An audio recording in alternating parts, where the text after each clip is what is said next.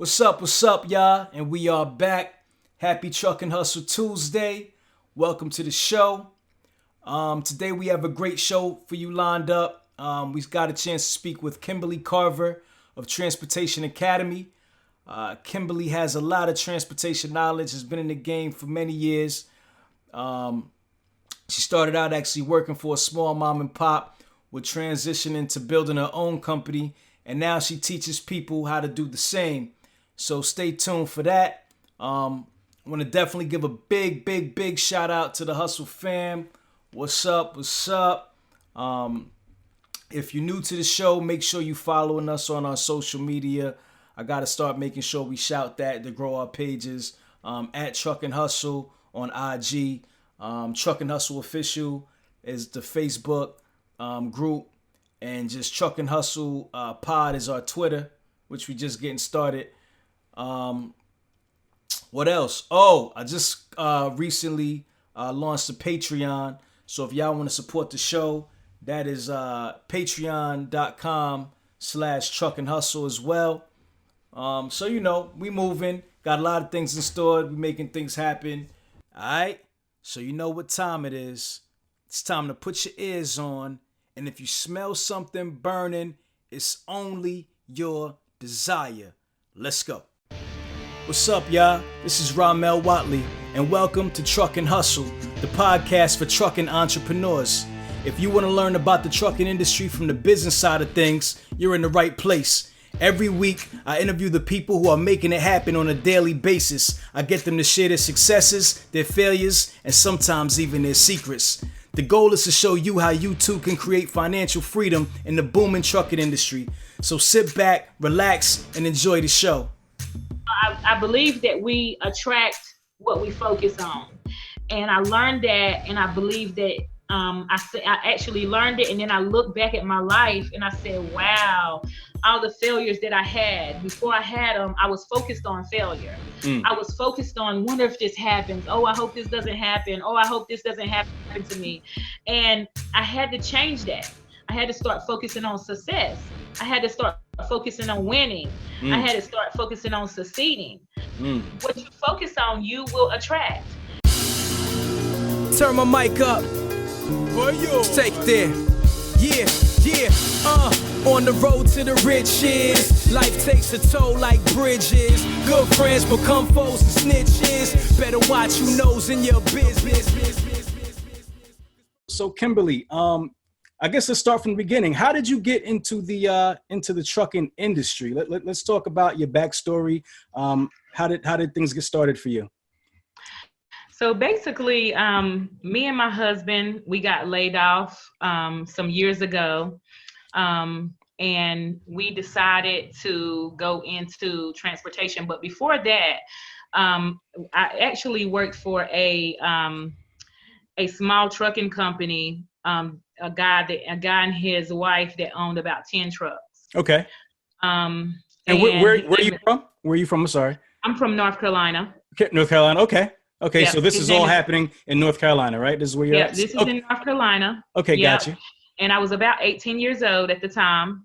And I started working for him and his wife as an office assistant. Okay.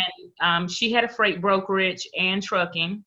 And so I would, get done with the work that they had me to do really quickly. And I was always interested and intrigued about what they were doing. And it was so interesting. It was so, I don't know, it inspired me to see what they were doing. And I was so, I had a passion for it just after that. And he was supposed to teach me how to, do the dispatching and how to do the everything, but he really didn't. But what I did is I started listening to her in her office, doing all the work and getting all the loads covered and all of that stuff. And it just really gave me a drive to try to pursue transportation.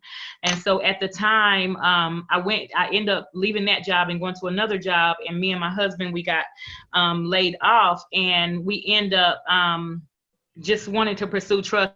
So he went to trucking school. Okay. We were laid off, receiving unemployment, and we decided we wanted to go ahead and start our own trucking business. And we actually did that with really little to no money, just really off of our faith.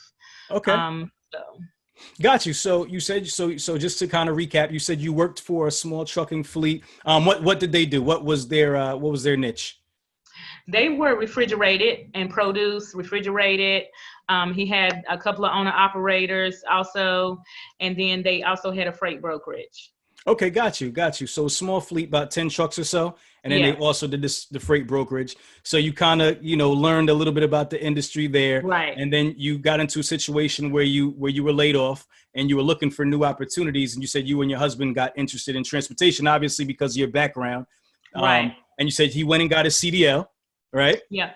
So he went and Okay. got his CDL, and then we just kind of we read up on everything possible. I already kind of had a complete understanding because when I was working for them, they had me doing things that I didn't even know about, but I had to adapt because I wanted the job and I had to learn how to do it. So they had me doing IFTA reports, they had me doing fuel tax, all different types of stuff, in their company that I had.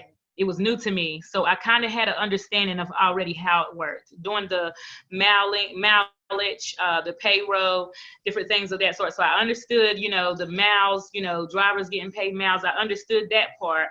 Then plus, with my husband and being a truck driver, I'm like, why don't you just let's go ahead and just get this business started, go ahead and just get into it and, you know, um, try to make it successful. And so we read up on everything, and instead of us going out and actually trying to get one truck, we went out to get 3 trucks at a time. Really? And Wow. we didn't even, again, like I said, we didn't have the money.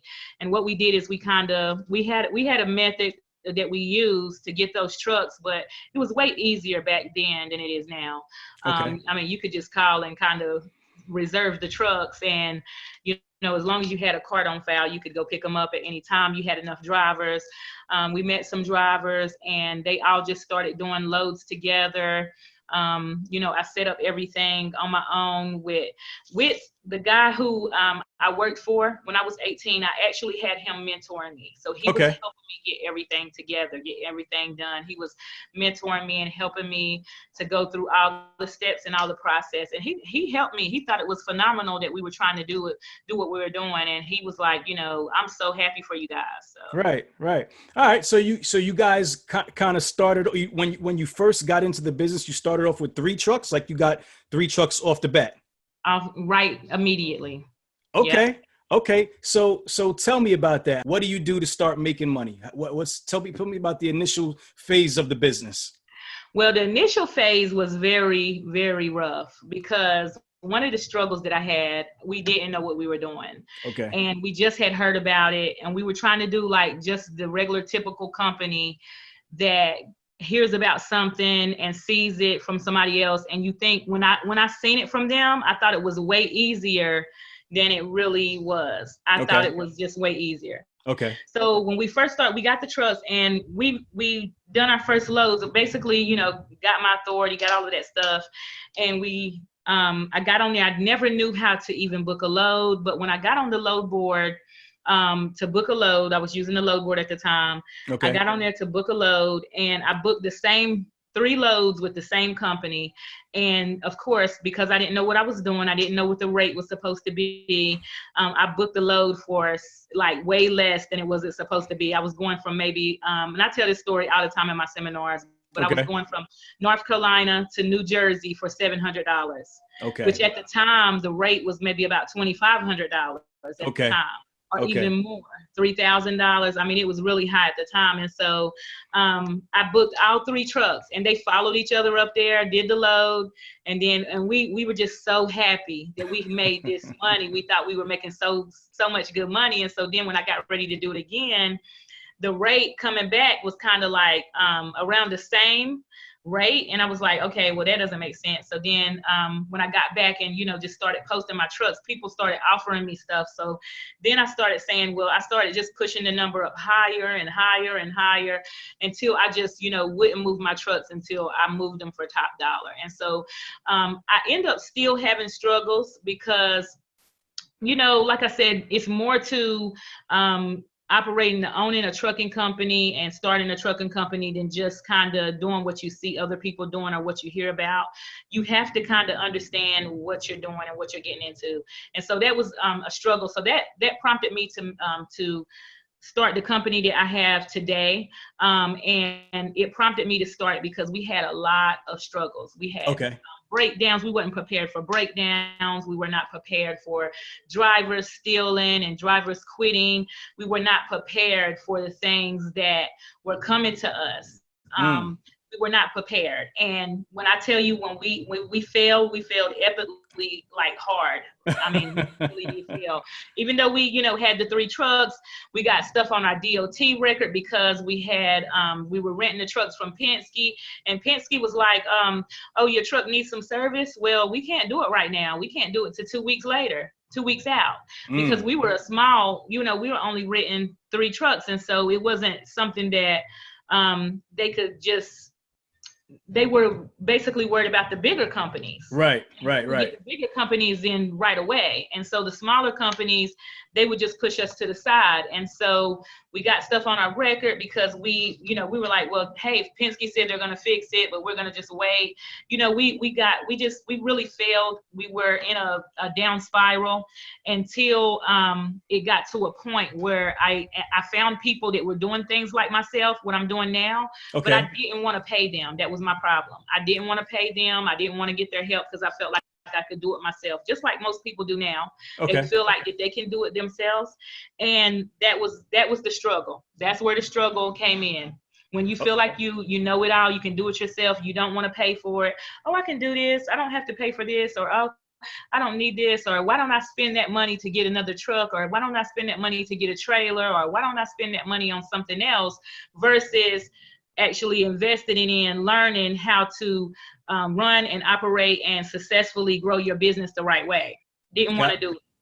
Got you. So what were some of the big changes when you started to invest in yourself? What were some of the things that, you got exposed to that were different to what you kind of figured out on your own in comparison to what you learned when you started investing in yourself and paying somebody for the information? Like, what were some of those differences? Some of the things that the differences came in really huge, because what I learned is it's all about your resources, and the resources come from people with experience, people who have already been where you are at. Okay. And that information, a lot of people in trucking, they don't want to tell you what's going on. Like, they don't want to give you the scoop on how do you do this and how do you do that. And then you get a lot of hearsay, she say. So the big difference came, and the shift came when I started to pay and actually train and get training and get help and understand, okay, you're doing this wrong, you're doing that. And that's going to be the resources. There are free resources, but there are some resources that you have to, you have to pay for. And so those free resources, I put those together with the ones that I had to pay for, and then we started to grow. One of the things that I learned was there's no shortcuts. Okay. And if you think that, we were just like the typical person that gets into transportation, you have a high return. And so you have a high return, and you have a high expense too sometimes, but you have to be able to manage it. So when that money came in, we were like, oh, wow, this is it. So, just like typical people, and some of the clients that I get as well, oh, wow, this is it. I can do this, I can do that. And then they don't know that one breakdown can actually break your company all the way down to nothing. And so you have to manage those resources, that money, and you have to reinvest it back into your business. That's one of the things that we were not doing. Then you have to, again, reinvestment might mean taking a class, or it might mean working with someone, transportation consultant. I had always went and when we started having problems, I always went and found someone who offered transportation consulting, but I wasn't willing to pay the price. Back then, the price was the same what I'm actually charging now myself, about $2,500 a month, and I just wasn't willing to pay that. I was like, oh gosh, that's too much. Right. And the people were telling me, like, if you pay this money, you know, we're going to help you to get things on track, you know, so you're actually, it's going to be a good investment. But I didn't see how that would help me at all, because I was already, you know, but once I did go ahead and do it, got the resources, got information that I was missing. It was like a puzzle. You had, you know, you had the system to make money, but you didn't have some of the pieces. Got you. And Got you. that is where we started the shift. Okay. Okay. Got you. So, just to like kind of dig a little bit deeper into that, because, Okay. you know, there's a lot of, you know, we live in an age now where there's a lot of people, you know, selling different courses, and, you know, Right. a lot of gurus out there. And I mean, that's Okay. kind of like become a wave where people are like, you know, training people and educating people. So what are some of the things, that, like, let's get a little bit more specific for me, like some of the things that the real deep changes that spending will kind of change your mindset. I mean, we don't have to get into particulars, but like, just give me an idea of some of the things that, you know, once you invest in yourself, the fundamental changes that you'll learn. So once you invest in yourself, you will learn how to successfully operate your business. Like, there's a wrong way and there's a right way. And there's a business way and there's a personal way. There's so once you start investing, you will learn that, you know, I have to actually set my company up like a business, like Okay. someone that, you know, like Walmart may have their business set up. Like, you have to really set your company up like a business. And when you're operating and you have one truck, you have one driver, you have you and whoever your spouse is, there's so much temptation to be comfortable and to not do things like that. Like, it's so tempted to do that, but that's where Gotcha. you mess up and that's where you fail, because you got to realize when you have a driver coming in, you have someone that you're hiring, they're looking at everything. They don't want to be with a company who they don't see growing or who they don't see stability in. If Okay. it's just like a small company and they're like, well, you know, one thing could, you know, they might not be able to pay the fuel. They've been there and done that. So they might break down and leave me out stranded. You know, these are things that when drivers come in, they want to see stability. So you have to set your company up like a real business. You have to be professional. If you're, when we used to have drivers come in, we wouldn't give them drug tests, we wouldn't give them orientation. We would talk to them and have a personal relationship and connection with them and say, yeah, this is going to work good. And they would work for a while, but then they would get comfortable. They would start messing up. Those mess ups reflect back on your business. Gotcha. And so when those mess ups, they're going to keep you from getting freight, good loads, good paying loads. They're going to keep reports on your MC authority or keep reports to the brokers. You know, it's so much that can happen. So you have to really set your company up like a business and have a structure. And then the biggest thing is having a system. We never had a system from the beginning. Okay. And the system was just kind of, well, we're going to start a trucking. We're going to go on the low board and actually get loads and run trucks and make money. And you can make money, but is it going to be consistent money? If something happens, what happens if something goes wrong? What happens? What's your system? What's your response? What happens? What's your backup plan if something goes wrong from this particular thing? Do you have consistent freight off of the low board, or are you just looking from day to day? Like, what is your plan? And so that's where the shift comes in, if that answers your question. No, that does. That definitely does. Okay. So how big were you guys able to grow your fleet initially? So you say you started with 3, and then where'd you go from there? So we initially end up growing our fleet to probably about 8 trucks. Okay. Which really did us well because we end up getting some contracts. We end up getting some contracts with our trucks, and then we end up being able to work with probably about 4 to 5 owner operators. And then we just were able to kind of, in that era, we were able to grow our business to where we wanted it to be, or where we were satisfied to be in. Okay. And to the point where we end up going into the freight brokerage in on things. And so one of the things that we end up one of the things that you do when you have a trucking was, you don't have to do this, but one of the good things that I think every company should do is reinvest Okay. that money that you have coming in into another business. So one of the things that we reinvested in was in the freight brokerage. So Okay. we're able to build up a freight brokerage, but our biggest success has been just been receiving consistent contracts through companies, not necessarily government or state, but through actual company shippers. Got you. We end up gaining one shipper that actually like blew us kind of out of the water. Okay. One shipper that, you know, was someone, I end up meeting this guy, and I'm not gonna say his name, but because I'm still friends with him, but I end up meeting this guy who he worked for the shipper, and one day he just called me off of the load board, and he ended up calling me, and we had everything set up. We had a structure in the system then, like everything was like tight, like no truck went out without inspections every 3 weeks. Like everything was so like all the way tight. Like we didn't have any breakdowns over the road. Like there was 0 breakdowns. We hired drivers that were,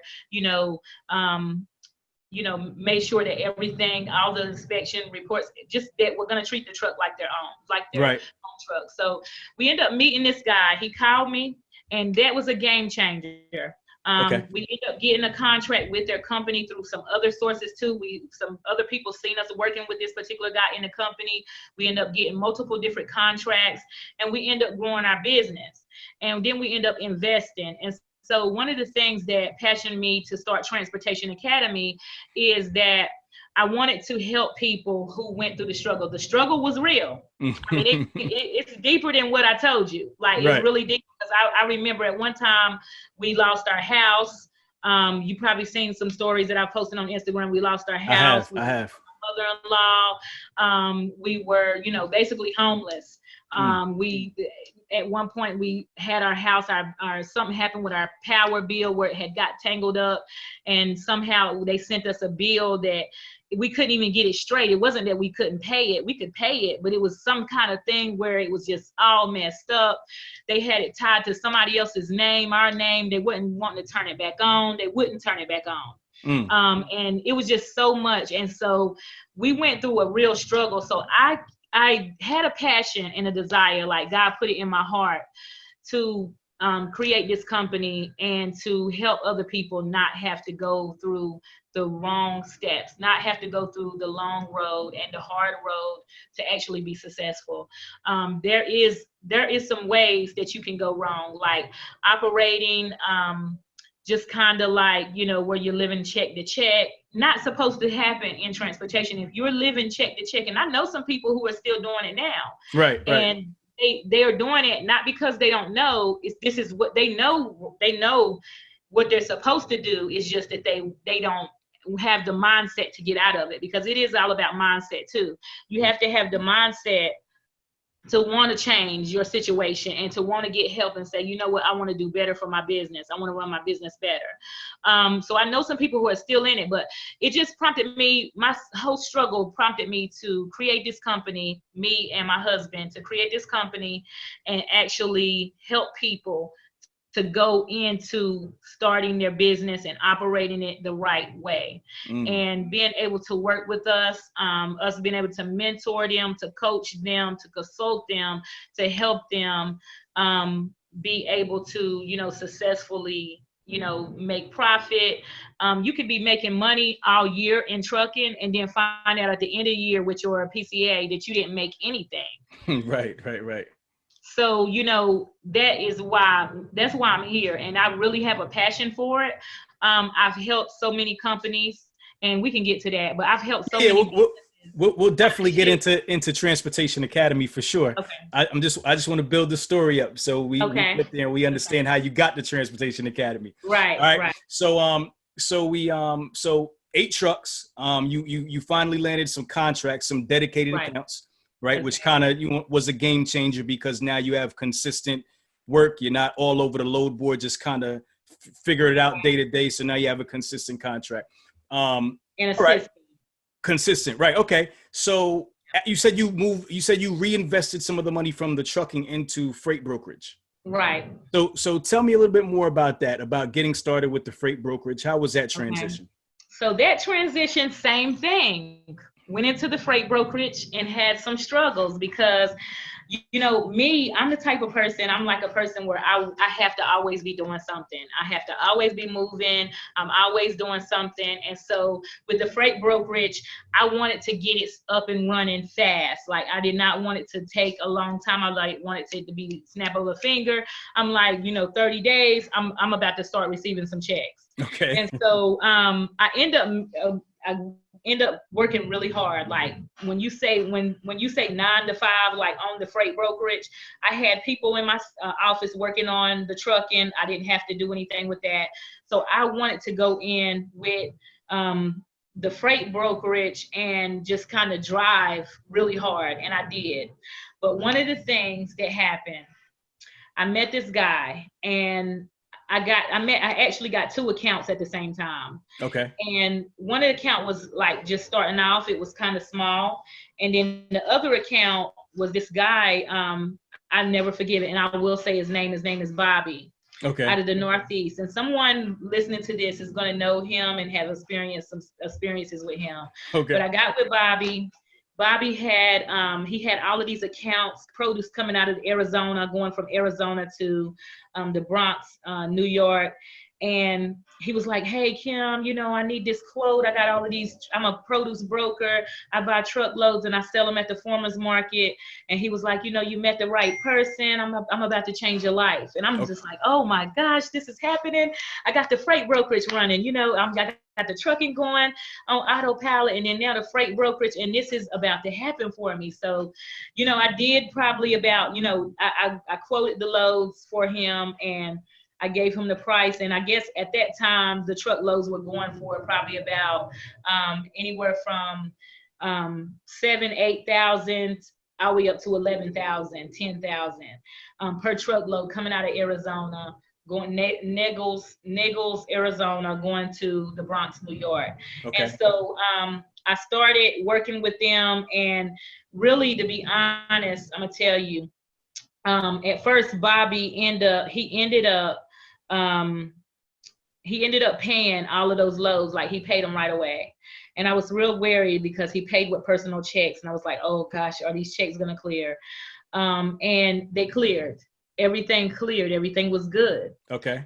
And then Bobby called and said, this is probably about $70,000 worth of truckloads. And maybe I probably made a profit because I really did good with booking. I've always been the best dispatcher, and always been the best negotiator. And so I probably made about 40,000 off of that 70 at the time. And then he did a couple of more loads, paid them, and then he was like, Kim, I need some credit. He was like, I'm doing these loads I'm paying you really quick.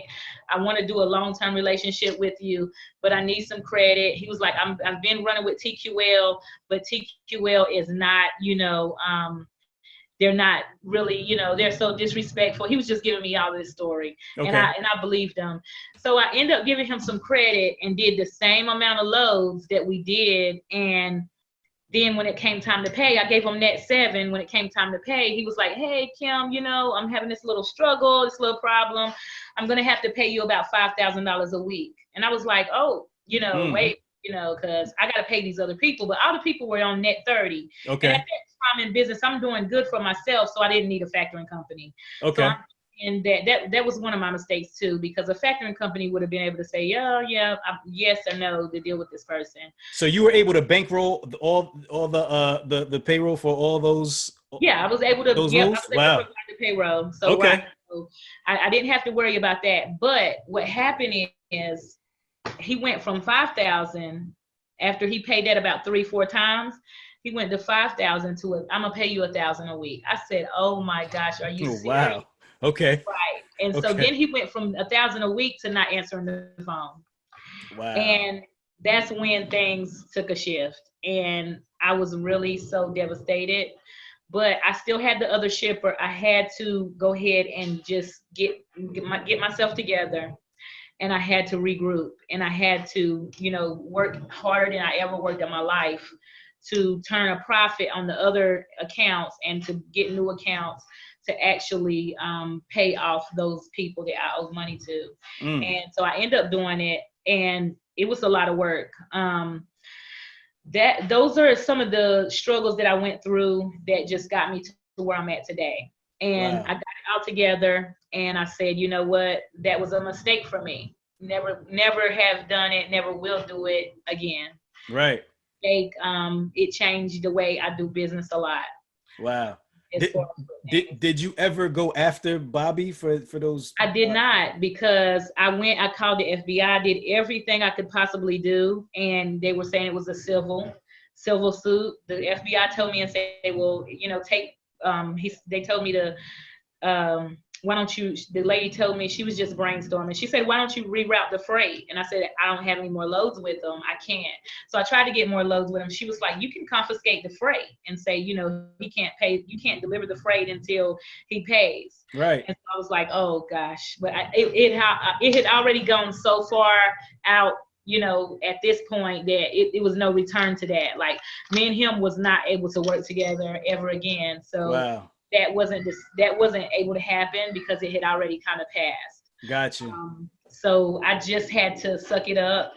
They told me to go to New York. I did a lot of investigation. I found out that his son had been already in court for something similar, but I guess he did something that have cost him a charge. Okay. So, that situation, it really took a kind of a turn, Wow, that's rough, man. That's rough. So let me ask you, with the freight brokerage, how did you go about like your networking to find your owner operators and so forth? Like, how did you do that getting started?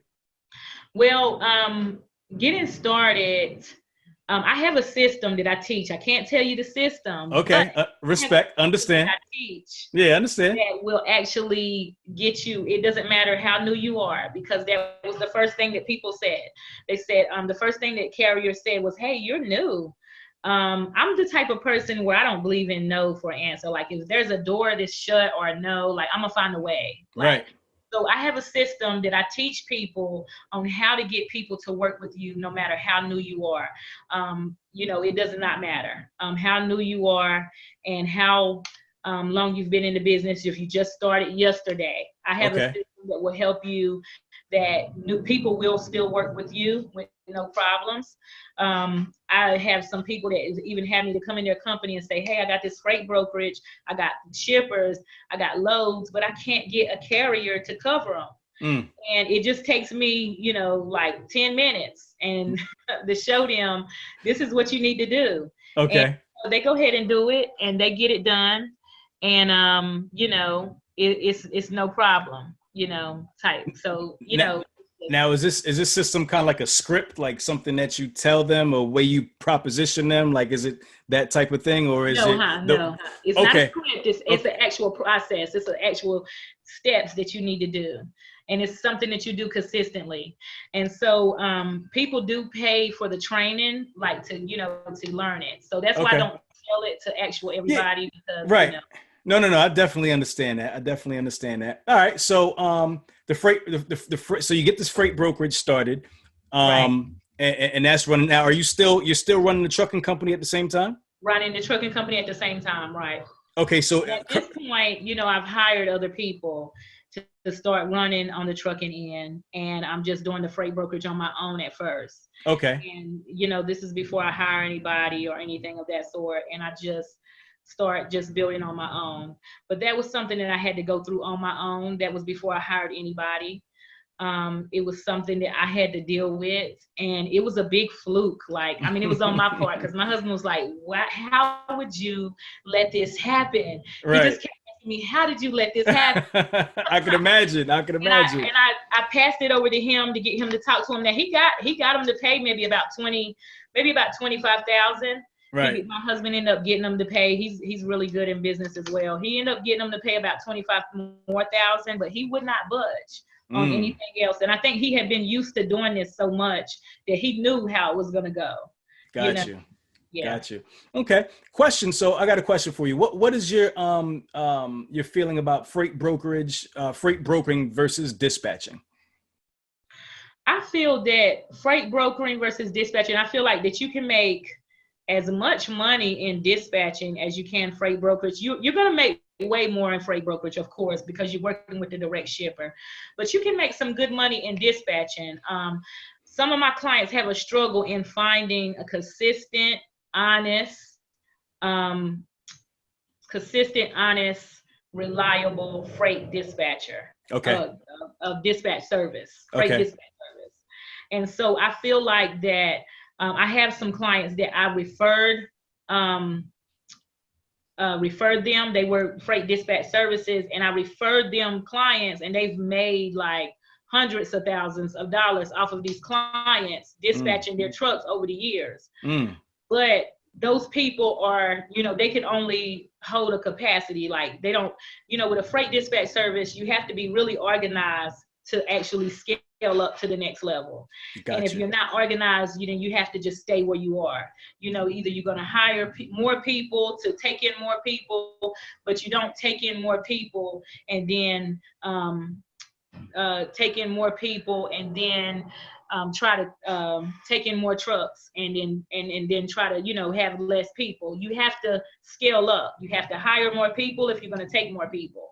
And so I can't really send people. I've noticed that when I try to send people to somebody's company that's full, then they end up getting neglected. And so I feel like that freight dispatch, people should go into freight dispatching more, because there is a high need, a quick need. Like, you're going to find trucks and owner operators and small carriers that are going to need you faster than you probably would find a shipper. And so I feel like that freight dispatch services right now is where it's at. But you have to get the right training. You have to get the right people to train you. Okay. And is that something that you offer as well in your academy? Yes, that is something that we offer as well. We offer to help you to, we train you to help you to start up the freight dispatching. And we also offer the dispatch courses to show you how to advertise the find, to actually get your dispatching to start making money, how to find drop carriers, how to actually find the loads, how to, keep everything organized. We offer all of those courses. Okay, got you. So freight dispatching, and let's talk about the difference in costs, like startup costs. So what are the costs associated with freight dispatching and the costs associated with freight brokeraging? What are the different costs? So the freight brokerage, the freight dispatch service, you really can start that on a low key. I feel like that people can start that under $1,000. Okay. That's great. Really, right. Because really you're really going to need, when you're starting a freight dispatch service, it's about your marketing, and it's about your skill to dispatching, and it is about your people service and your organization. And so some of those that I just named are free. They just are learned skills. And then you have, on the other hand, you have on the other end with freight brokerage, you have to get, bonds, you got to get licenses, different things. You got to get training. And it's sometimes I notice that, everybody's not like me. They're not going to find a shipper in 30 days. So, and then they have to build up in professionalism. They got to brand their company and do all of those things. And so as a freight dispatch service, it is, as a brokerage, freight brokerage. Okay. It's a little difficult for you to, in the beginning, especially when you're new, but you just got to keep on. If you follow the process, it's going to work for you. But with a freight dispatch service, you already have people that you're already looking for the loads for you, looking for the loads through the brokers and the shippers. And so it comes a little easier. So that's why I feel like that it will be a little easier to do it that way. And it's a little lower cost. So I know that with a freight brokerage, I don't feel like you can really get a successful freight brokerage under 10,000. Okay. I don't feel like you can get one because, with your bond and all your costs that's associated with it. You're going to at least spend that amount. Got you. Got you. So, I mean, it almost kind of seems like, people, somebody who wants to get into the industry would probably want to start with their freight dispatching and then maybe work their way up into the brokerage side if they wanted to grow or maybe even stay in freight dispatching. Because like you said, there's no money. It's a low barrier to entry. You kind of get in there and you're kind of doing the same thing, except for with the brokerage, you have more liability. You're going to put more money down up front. So, I'm just trying to, because a lot of people always are, ask that question, what's the difference or what should I get into? What should I focus on? Dispatch or brokeraging? So, I always like to kind of put that out there to see, because you teach both. Right. So I wouldn't say that not to get into the freight brokerage. I feel like right now it's a need for minorities to get into the freight brokerage industry. Okay. Why is that? It's a need for that because the industry is not dominated. I mean, it's dominated by non-minority people. And I feel like that minorities need to get into the freight brokerage industry. I feel like minorities don't really know about freight brokerage that much. Okay. 98%, well, I'll say 99% actually, of people that I've ever dealt with over these 18 years in transportation have been, Caucasian or some other race that's not minority. Right. And I'm not saying that to be any type of, racist or anything. I just feel like that minorities need to get into the freight brokerage industry because it's so much money. It's trillions of dollars to make in the freight brokerage industry. Why do we not know about this and why are we not in it? Why are we not starting these businesses? Why are we not taking advantage of these contracts? Why are we not taking advantage of, starting a freight brokerage business and, getting accounts with Walmarts and big companies of that sort? Why are we not doing this at this time? And so I feel like that, we need to get into that industry. Yes, get into freight dispatch services if you don't have the money to pay to get into the freight brokerage. But I feel like if you get into the freight brokerage and you actually stay in it and you don't quit, I feel like that you can actually win and be successful. One of the things that I see, and I know you didn't ask me this, one of the things that I see that is a problem in our community with us getting into the freight brokerage, and I see it because I help people all day, like start their companies and get, start making money in transportation and start freight brokerage businesses. And in our community, we get into something and we're looking for it to happen right away. And it does not happen like that with freight brokers. So I don't know if that's the reason why people are shying away from it or if they just don't know about it. I think it's kind of both, but it is some groundwork. You have to lay the foundation when it comes to freight brokering. There's no way around it. I don't expect everybody to be like me and to go in 30 days and start finding shippers that are, it may take you 90 days, but if you start something, you should have the passion and the desire to stay in it no matter what. I'm not going to fail. There's no way of me failing in this. I'm going to find something. And if I'm not finding the right companies, then I need to invest in myself to help me to get to that point. I need to find more resources. I need to, work with someone, call Transportation Academy or whatever, but I need to do something to figure out how I can get my brokerage up and running. I know that company A and company B is making good money, but how do I make good money? I can do it if they're doing it. Right. I can make money if you see all of these companies. Look at companies like Coyote Logistics. In less than 4-5 years, they're on the Fortune 500, maybe in 2 years, I think. Same thing with XPO.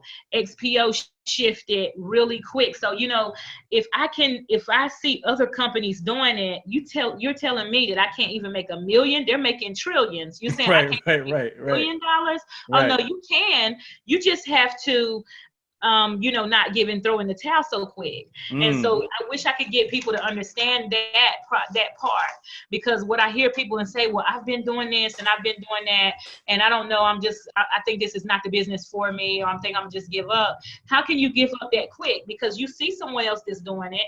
You see someone else that's successful. Why do you think that you can't be successful? What is it about you that you're feeling like that you can't win? That's a personal, that is a mindset issue. That's not with the industry. The industry is working. Like the industry is booming. You know, in the freight brokerage industry right now, it's booming. So it's no excuses. So that's just how I feel. I feel like that we need to get into the freight brokerage industry more. People, if you don't know what a freight brokerage is, please look it up, learn. We need to get into that industry. It's a $1 trillion industry right now. No doubt. No doubt. So stop looking for instant gratification, right? Right. Stop looking for instant gratification. If you are wanting to make $1 million or $1 billion, like some of these companies are making, please don't think that you're going to invest 30 days, 2 months, and that's going to happen. Right. Please don't think that that's going to happen in 30 days, 2 months. Right. You're going to have to do some work. You're going to have to lay the same amount of time that people have spent 20 and 30 years into a company. I feel like I wish that they could just put that same passion into their own business. Like I wish that they could. Our mindset is, you know, when we're raised up as children, some people anyway, or that we go out and we work a job and that we, you know, that's our stability. That get a good job, go to college and get a good job. But what about if you put that same passion that you put in working that job into having your own business? Where would you be? And that's where I am. I've always been an entrepreneur. Both of my parents worked a job and depended on jobs like a lifeline, but I've always been an entrepreneur at heart, you know, and had a desire to work for myself. And so I just wish that we could have that understanding. And I wish that I could just snap my finger and let everybody see, like, if you change your mindset, man, things will change for you. Right. Like, no doubt. And it's reachable. It's actually reachable to everybody, not just me. It's reachable to everybody. No doubt. So you said mindset. So what are some of the things you did? Because I mean, you may have just been born this way, but what are some practices or what are some things that you do in order to have that mindset that you have? Or did you have to change your mindset? I mean, how did you become who you are? Well, I'm gonna tell you, yes, having a changed mindset is a daily job. It's not easy. It's something that you have to continuously do every single day in a routine. Whether that's reading books. I started out reading just self-help books and listening to motivational people. One of the people I listen to is Joel Osteen. Also my pastor, just listening to motivational. And even if you're not, you know, a spiritual or person like that, just motivational books, something that motivates and changes your mindset. One of the things that I believe that really shifted my mindset was believing. I had this belief always that there was something more that we could always tap into mentally, physically. I felt like that we were not at our full potential, like people just in general. We're never at our full potential. And I just wanted to look into how can I start working at my full potential? Okay. How can I start using, you know, more of my brain or more of my mind to gain access to things? I felt like that, you know, God, he has so much more for us than what we are actually receiving. It has to be more to, you know, a relationship with God, just getting up, going to church every day and just being a good person. Like, it has to be more than that. Right. And when I started thinking like that, I started doing things like reading books and started to kind of investigate on how to change my mindset. And I realized that in order to change your mindset, you have to be more positive. You have to think about not the negative things. You can't focus on the negative things, especially in trucking. Oh my gosh. If you start focusing on negative in trucking, then you're going to have a bad day. Right. You know, I believe that we attract what we focus on. And I learned that, and I believe that I actually learned it, and then I looked back at my life and I said, wow, all the failures that I had. Before I had them, I was focused on failure. I was focused on, wonder if this happens. Oh, I hope this doesn't happen. Oh, I hope this doesn't happen to me. And I had to change that. I had to start focusing on success. I had to start focusing on winning. I had to start focusing on succeeding. What you focus on, you will attract. And so if you focus your mind on what if I don't, then that's what's going to happen. The don't is going to happen. Whatever you focused on, whatever you put energy to is going to actually happen. And that's one of the things that really changed my mindset. And I promise you, if you stop building yourself and stop listening to motivational speaking, stop making affirmations. I do daily affirmations every day. Sometimes I do them obsessively all day, like different in little sections, 5 minutes here, 5 minutes there. And if you stop doing that, your mindset will go back, and then you'll start worrying. You'll start saying how, once you change your mindset, you won't care how the success comes. You just know it's coming. And you feel it. You know it's coming. You don't care how it comes. You know it's going to come to you, and things just start happening all over. And I mean, it's just amazing. Just positive energy, just having a positive mindset. And then, when you're having a positive mindset, you don't want to be around negative people. You don't want to be around people who are saying, making jokes about, I don't even like people making jokes about negative stuff happening. I was just joking. No, don't joke with me, because if that actually happened, then you would say, oh, I should have changed my words. So don't joke. I just want to be around positive energy. I want to be around energy that is, talking positive, believing positive, and focused on the positive. Because I believe when you do that, you're going to attract those very things. Nice. Okay, cool. So how is it being a Black woman in a male-dominated truck industry? Sometimes it's difficult because you get some guys that they're like, well, how can you tell me something? And then I'm like, well, hey, you don't know. You must don't know what I've been through. Because I can fix your truck. I mean, literally, I can fix your truck if I needed to. Okay. Because I done been to that point where you don't have a mechanic. So you got to sit on the phone. I got to sit on the phone with my husband, and I got to help him walk through a YouTube video of fixing something that he don't even know what's going on. Or either you don't have the money, or something was going on where you had to do these things for yourself.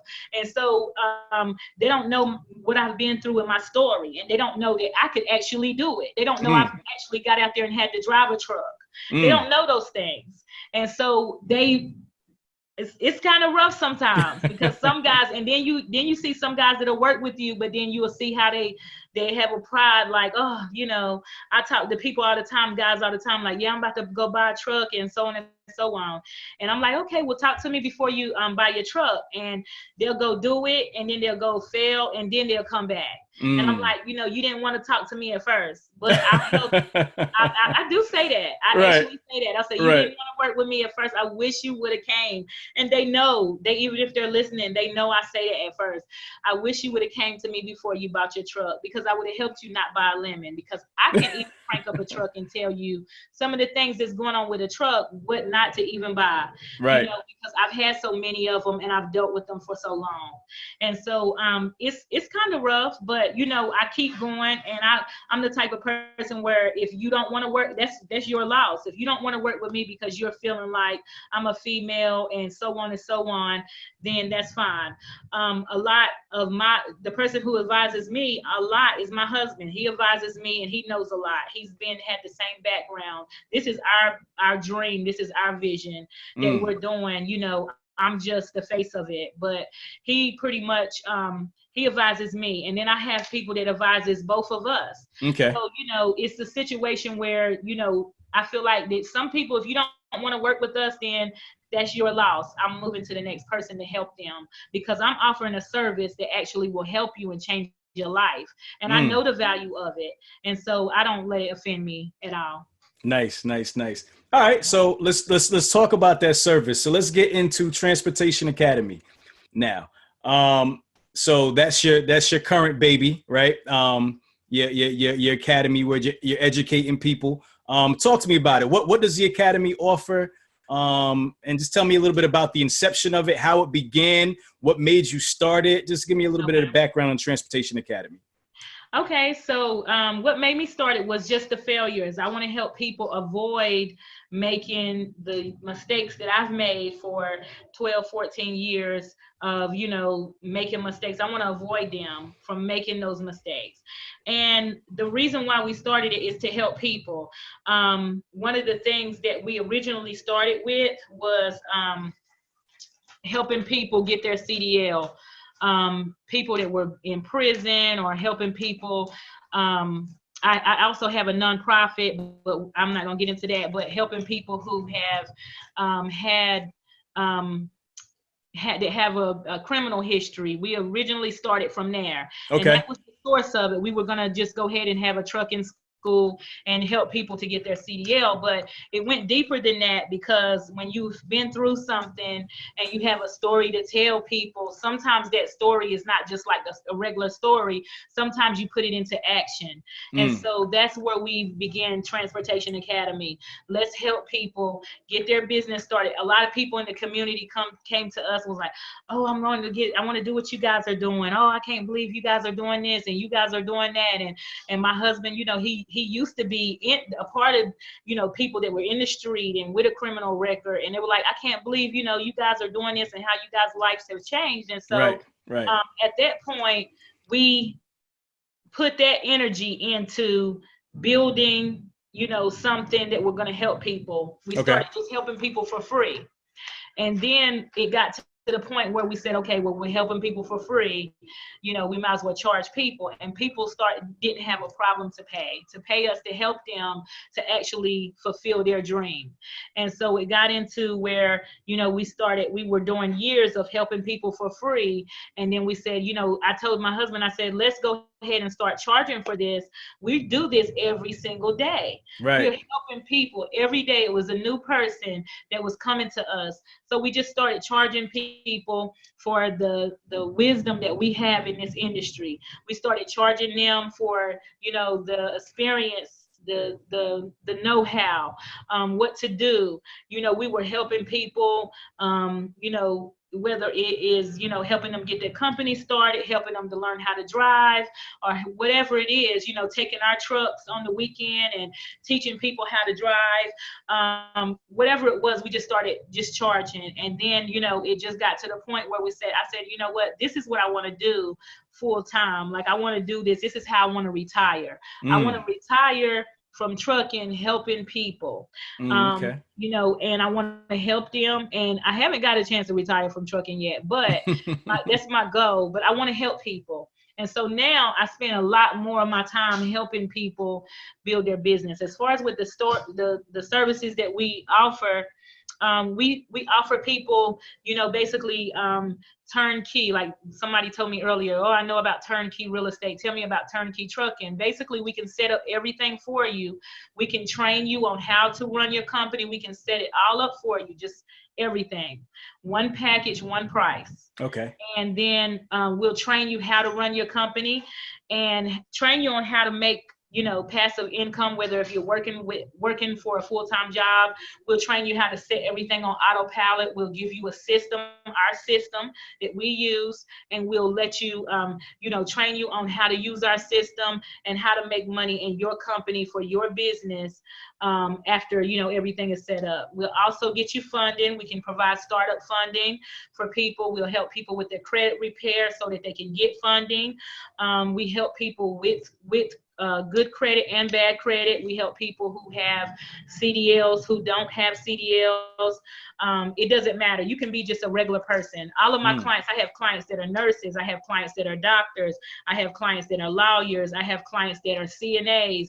I have clients that, work for the school system, principals, teachers, everything that you manufacturer workers, and they're in their job working, and they have a business, a transportation business now running, and their goal is after a certain point, I try not to let anybody who I work with quit their job lesser than 6 months. After that, your company needs to be running for 6 months before you just say, I'm just quitting my job doing this full time. Some people want to do it longer. and they want their business to be running longer before they quit their job. Some people want to get their retirement.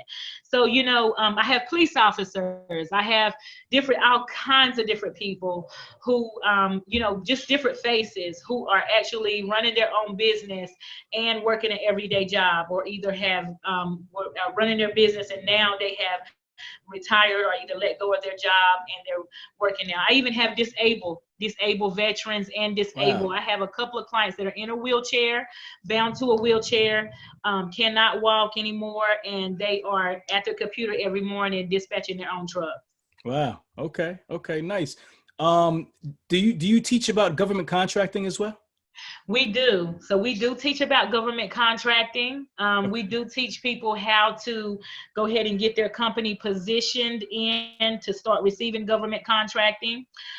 We have a couple of clients who actually received and have actually given testimonies how they have received government contracts over $1 million. Wow. With following our process. Wow. Wow. Wow. Did your company ever receive a government contract? We have received a government contract. We're not under any government contracts right now. Okay. And we haven't been working with the government probably in about 2 years now.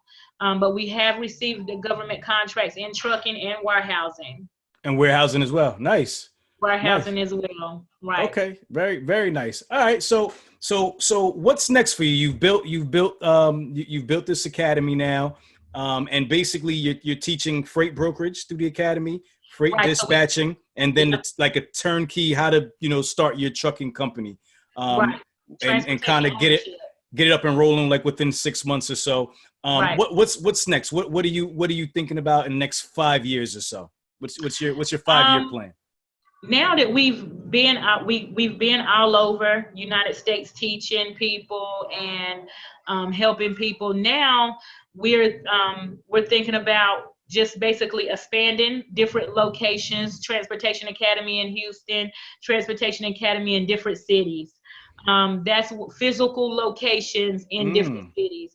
We have a base that we're opening up in Atlanta, but we want physical locations all over that we can just put everything on remote and they can teach. People can, learn how to be successful in transportation, how to make money in transportation. So you guys actually do seminars now, correct? We do seminars, webinars, okay, online trainings. Yes, we do it pretty much all. We have another, we pretty much do a lot, probably about 95% online, but we also go to physical locations all over the country, like everywhere, well, all over the United States. Got you. And where can the people find the online courses and curriculum? They can find it at transportationacademy.org. We have a phenomenal website, and you can just go on there and navigate and find a lot of different resources to help you depending on where you are. Got you. And where are you guys going to be next for a live seminar? So a live seminar, we're going to be in Philadelphia. Oh, really? Okay, you're coming close to me. I'm in Jersey, so that's right over the bridge. When are you going to be in Philly? We're going to be in Philadelphia. I want to say December 3rd. Okay. The first or the second week in December, we're going to be in Philadelphia. So if you guys are in Philadelphia, go ahead and register for that seminar right now. We do anticipate it being sold out. So you want to get your seat. And we get a lot of people in the Northeast, just requesting our services. And so it's kind of a great pleasure to actually come up there. Nice. And you can find that information on transportationacademy.org as well, correct? Right. Upcoming seminars. All right. Perfect. All right. So let's kind of start wrapping things up. So I want you to kind of give the people your final thoughts. I always like to, allow my guests to give some final thoughts, some words of encouragement or whatever is on their heart to say. And then just kind of, give your social media, let people know where they can connect with you and so forth and so on. Okay, so I want to let people know right now, if you're in trucking and you're failing and you feel like that you just want to give it up, you feel like that things are not going right, contact us.